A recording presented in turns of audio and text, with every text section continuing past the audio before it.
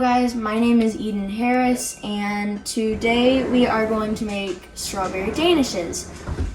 And I will be showing you how to make them.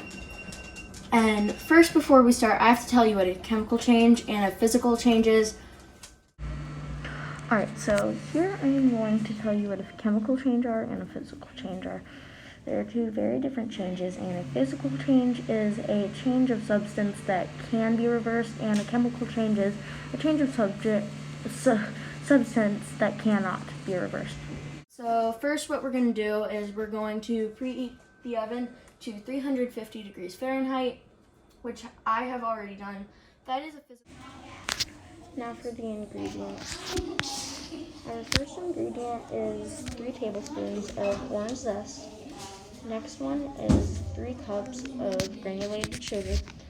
The last ingredient is a bowl of washed strawberries. So here we are going to start with the puff pastry. You could either buy it or make it yourself. This would be a chemical change to make it though, since you can't just drain the ingredients from it. It would have to be sugar, yeast, and flour and all that. Time to roll out our beautiful dough with a beautiful roller.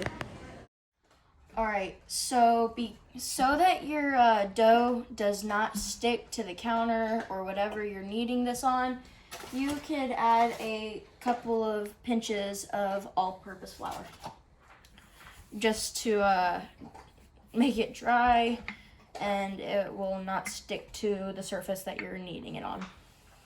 Now stop. All right, one more thing that I forgot to mention about kneading your dough is that whenever you're kneading, you have to fold it over to get that nice pastry layer.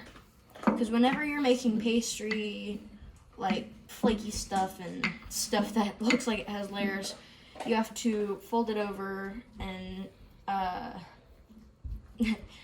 make it look like it has layers and make it actually have layers. So on this part, you could have a parent or guardian help you roll out the dough. Okay guys, so now that we have our pastry rolled out, we are going to cut it into squares or about like just circles or whatever you want to do. You could cut off the sides if you want so that you can have equal squares, but I cut off the sides so that it will be easier for me. So now what we're going to do is we're going to separately place it on a pan. Alright, so now we're going to take our dough and place it on the baking sheet and then put the toppings on.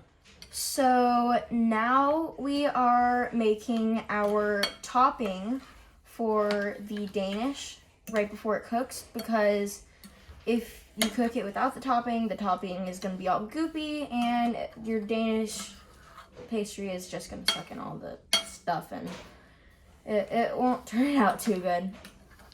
So what we did was we took some strawberries and some sugar. We used about a half a cup of each, 3/4. And it's a 50-50 ratio, meaning it's about an equal amount of sugar and strawberries. Alright, now it is time to make our jelly. We put in the same amount of sugar and strawberries. Now we cook the strawberries and sugar until it is like candy at 120 degrees Fahrenheit. A little bit. Just a little pinch and sprinkling That's enough. over the top. Just a little pinch.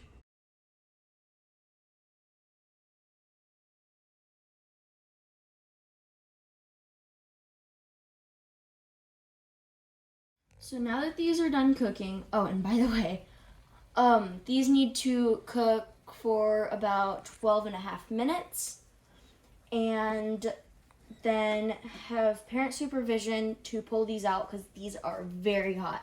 As you can see, these are bubbling. And yeah, I think I'm gonna need 2 lids for this. Nope, I got it. There you go. And now you have your Danish. Also, they should be crispy on the edges and puffed up around the jelly. See you later.